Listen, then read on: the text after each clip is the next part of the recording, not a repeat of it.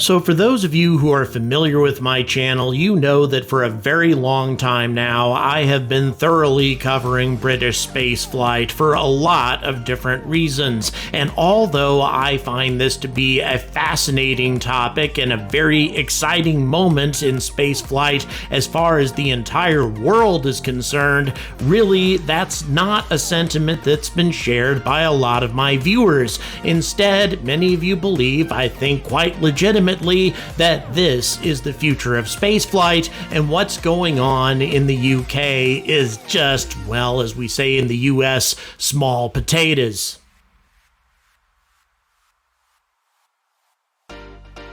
And there's a lot to be said for this school of thought. After all the British are planning to do, at least in the immediate future, is send up a bunch of small sats with very small rockets, about the same size as Rocket Lab's Electron, maybe a little bit bigger. What's so exciting about that when we're talking about a rocket that can carry 100 metric tons all the way up to low Earth orbit, and even further once you engage the whole orbital refueling plan? I mean, that's exciting spaceflight. A few small sats to low Earth orbit, or even polar orbit or geosynchronous orbit. I mean, that's not exciting at all, right?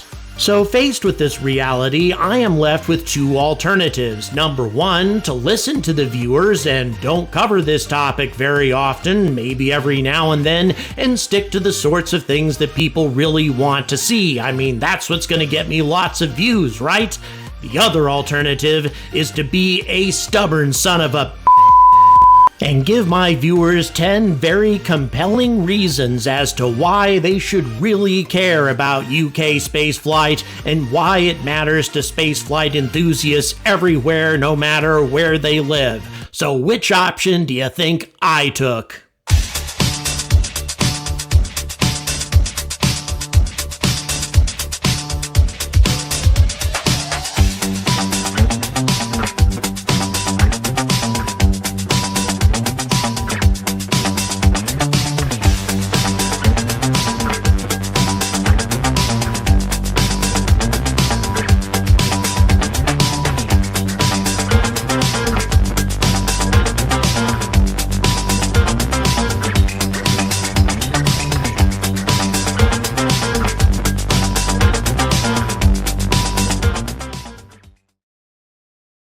Number 10, Great Britain is going to be Europe's first monopoly busters. And when we're talking about a monopoly, I'm talking about Arianespace. For many, many decades, this company has completely dominated the entire European market when it comes to launch providers. Now, granted, there are companies in Germany, Italy, many places that are looking to do the same thing, but the British are going to be the first to launch from one of their own facilities from European soil, at least as far as a private space mission is concerned. This is a huge moment and an important moment because, frankly, European launch providers have been an endangered species lately. Arianespace barely gets any business anymore. They can hardly compete with SpaceX or even ULA as far as their price points are concerned. The European public has to pay tax money to subsidize them just to keep the prices roughly equal. And even so, vehicles like the Vega C are barely competitive on a price per kilogram basis. And although there is some innovation in the construction of this rocket and in its various types of fairings, it is fully expendable. No reusability in anything that Arianespace is going to be using anytime in the near future. And so consequently, this company was forced to make use of Roscosmos and the Soyuz rocket, which comes in at a much lower price point, in order to even hope to be competitive with American launch providers such as SpaceX and others. And the consequences of this decision became immediately apparent just a couple of months ago. The OneWeb constellation dead until they were able to go to one of their competitors, SpaceX, SpaceX out of desperation in order to get their satellites launched. In addition, they'll be making use of an Indian launch provider as well, but as far as the ESA Mars rover is concerned, known as the Rosalind Franklin now, that mission is dead for several years when it should have launched this year. Clearly, there needs to be an alternative to Arianespace, and the British are the first to break the mold. And while we're talking about OneWeb, it's very important to also mention that they are the first company to engage in the practice of responsible constellations. This UK company has now paid £2.5 million to the UK branch of Astroscale to remove all of their satellites from orbit once they become inactive. Now, of course, OneWeb satellites have the ability to deorbit themselves in the same manner that a Starlink satellite does, but as we have noticed lately, Starlink satellites sometimes cannot deorbit themselves, and that's the same case with OneWeb satellites as well. Sometimes they malfunction, sometimes they get hit by a small piece of space debris, and once the satellite is incapacitated, it becomes an unguided missile in orbit. And even though SpaceX has had a great deal of success with their Starlink constellation as of late, that doesn't change the fact that they experience about a 3% failure rate right now. And if they intend to put up 42,000 satellites, that amounts to 1,260 inactive satellites waiting to smash into other satellites in space. That's a recipe for disaster, which is why the UK is engaging in this responsible constellation practice of having Astroscale remove any inactive satellites in orbit before they become a problem. And while we're discussing Astroscale, we also need to discuss the matter of space debris mitigation, because this £2.5 million award is only a small part of a beam-hopping satellite program totaling over £32 million that was granted by the UK Space Agency to remove space debris in general. And they are providing this grant not only to Astroscale, but other promising companies who are looking to clean up low Earth orbit. This is something that everybody should be engaged in, but right now, SpaceX and virtually everybody else in the United States really isn't aggressively pursuing the problem. Instead, it's the British, and they should be recognized for that. And while we're talking about space debris mitigation, we also need to talk about space tugs, which is a very impressive innovation of the British spaceflight industry. And this is something they did a static fire on back in 2020. This tug, as I've mentioned on a number of occasions, being built by Skyrora, will be able to carry out multiple secondary missions once it delivers its payload into orbit. This, of course, means that the tug would be able to deorbit a variety of different space debris targets once the primary mission is completed, and the engines are capable of reigniting several times, so there's no problem there. This is something that American companies have only talked about, but this is something that Skyrora will be able to implement very, very soon. The technology exists, the engines exist, and the will exists, and the sum total of their missions will be a positive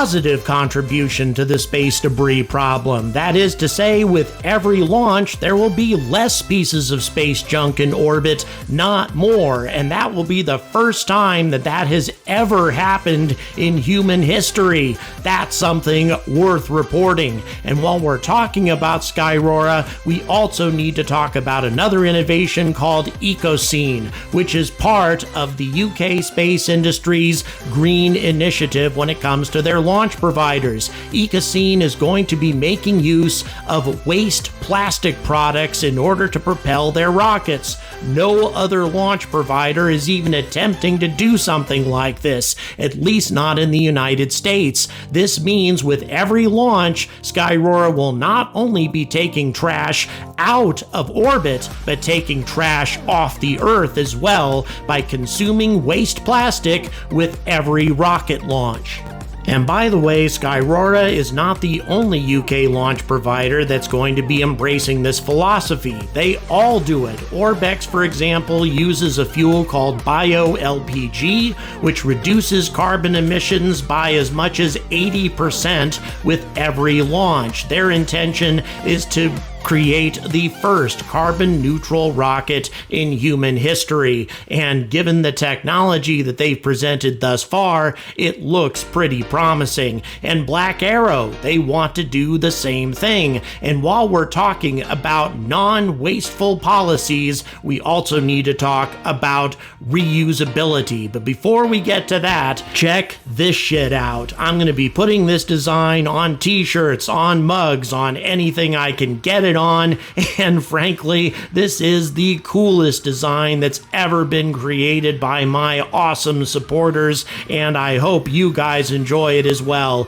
If you like British Spaceflight, I can't see a better way to display it than with this particular design. But in any event, let me stop with the self-promotion and move on to reusability. As I've mentioned in previous videos, the Orbex Prime rocket will be fully reusable at some point, but the first stage will be reusable from the first launch. We're not talking about a company that's going to say, oh, well, we're going to be using really good and inexpensive materials to bring our costs down and reusability is on the horizon somewhere. No, we're talking about reusability from the very first launch, just like SpaceX.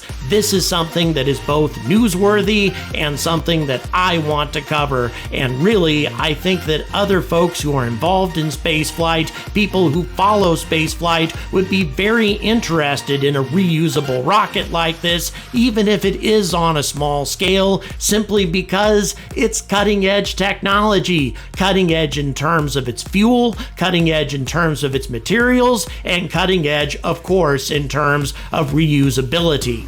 Now, the next innovation that sets the UK apart is their use of horizontal launch. Now, of course, horizontal launch is nothing new, it's nothing uniquely British, and of course, Virgin Orbit is not a British company, but at the same time, the United Kingdom is the only country that I'm familiar with anyway that is devoting the majority of their spaceports to the horizontal launch philosophy. In Campbelltown, Scotland, Prestwick, Scotland, Snowdonia, Wales, and finally in Newquay, England at Spaceport Cornwall, the UK is opening an unprecedented number of facilities devoted to horizontal launch, and in my opinion, this isn't just going to be restricted to Virgin Orbit, and we'll get to that in a little bit, but Virgin Orbit alone is going to make the United Kingdom a key player in European space missions in the future, because Virgin Orbit can not only send small sats into low Earth orbits,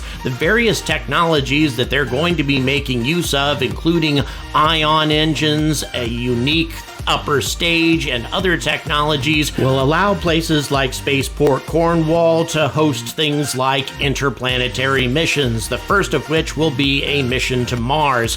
Given that this particular mission is a collaboration with Poland, I have a feeling that it will be launched from Spaceport Cornwall. It only makes sense. Shipping their probe transatlantic makes utterly no sense to the Polish companies and governmental agencies responsible for this mission, so Virgin Orbit will certainly be handling this mission from Spaceport Cornwall, and this will be the first of many. Spaceport Cornwall and the other three horizontal launch facilities will now provide unprecedented access to low Earth orbit and beyond for a wide variety of European customers. And keep in mind, in the future, 90% of the satellites and other spacecraft that are going to be launched from this planet are going to be small sats. That means a hell of a lot of business for the UK and a hell of a lot of exciting new developments for UK Spaceflight. Spaceflight. And from horizontal launch, let's go ahead and transition to sea launch. And ironically, the company that's going to be exploring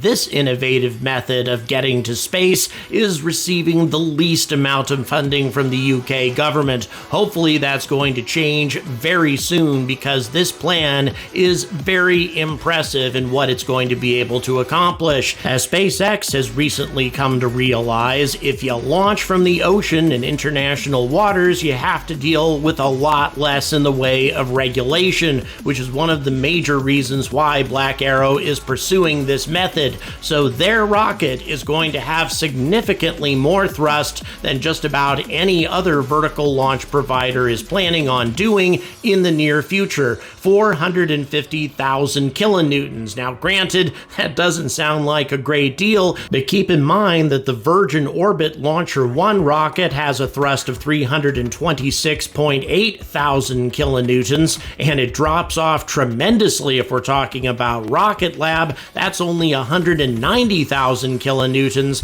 And finally, Skyrora, the baby of the bunch, is 79.7 thousand kilonewtons. So really, Black Arrow is the UK launch provider that's taking things up a notch. And not only that, with a sea launch platform, this is fully scalable. They're looking at launching cargoes in the metric tons as opposed to a few hundred kilograms once this company gets going. They really deserve some substantial investment, but unfortunately, they've gotten less than Orbex, Skyrora, and just about everybody else. That definitely needs to change. And speaking of change, the United Kingdom is not messing around when it comes to space manufacturing. Unlike Jeff Bezos, who's waited for years and years until he finally gets to orbit, until he finally has a space station, the UK has decided to embark on an innovative method of manufacturing in space by sending up reusable satellites that perform the manufacturing process in orbit and then return to Earth with a finished product. New types of metallic alloys is their primary focus, but other types of medical technologies, all of these things that can be developed in microgravity, don't have to go to the ISS, where the price tag is gigantic and the schedule is beyond crowded. Instead, you can pay these guys a few $1,000,000 to conduct your manufacturing experiments. And by the way, this isn't something that's happening sometime in the distant future. It's happening in a couple of months on the Virgin Orbit mission from Spaceport Cornwall. And this concept is also fully scalable. You don't just have to have a couple of kilograms of material manufactured on a small sat. In the future, SpaceForge intends to send up much larger reusable satellites that manufacture considerable amounts of very valuable materials.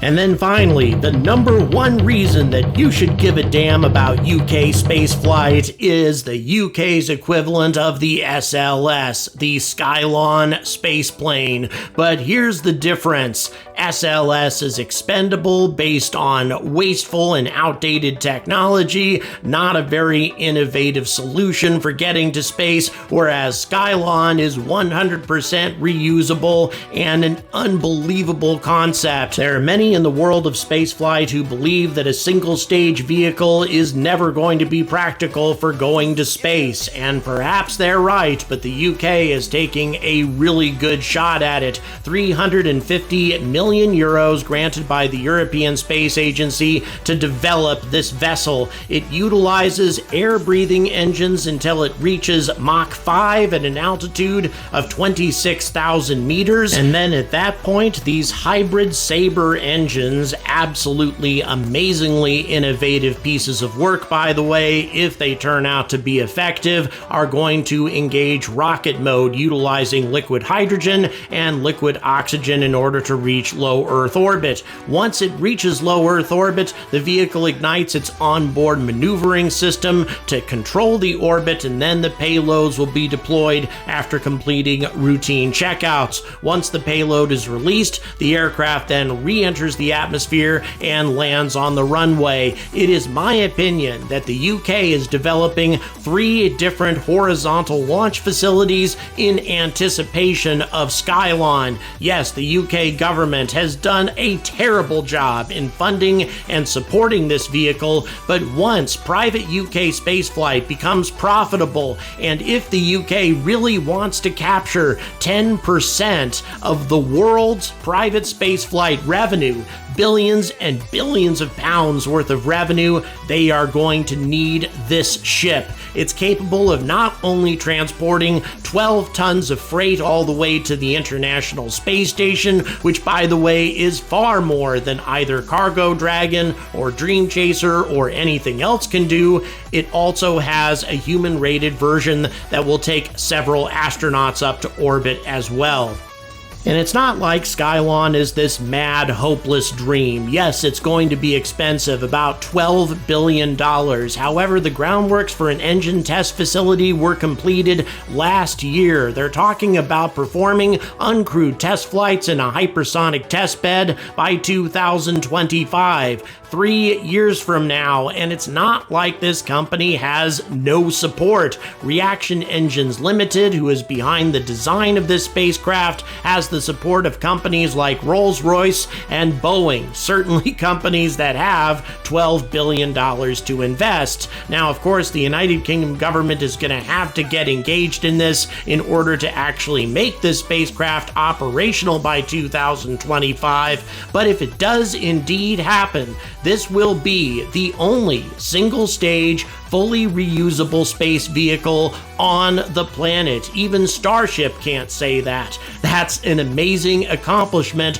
from this little country that's currently only planning to launch small sats, but it's about to change, and in a big way. And that change will only come about if their current private space initiatives are successful, and that's something that needs to be covered, that's something that needs to be reported on, and that's what I intend to do. And by the way, I have barely scratched the surface as to all of the exciting things that are happening in the United Kingdom. For example, astronaut training in Cornwall, and so many other exciting things. So please smash that like, hit that subscribe, and try to keep up with this content in the future if you are interested in it, because I have a feeling that some very exciting things are about to happen across the Atlantic. And until the United Kingdom actually does capture 10% of the world space revenue and becomes a major power player in our future expansion into the solar system, I urge all of you to stay angry about space.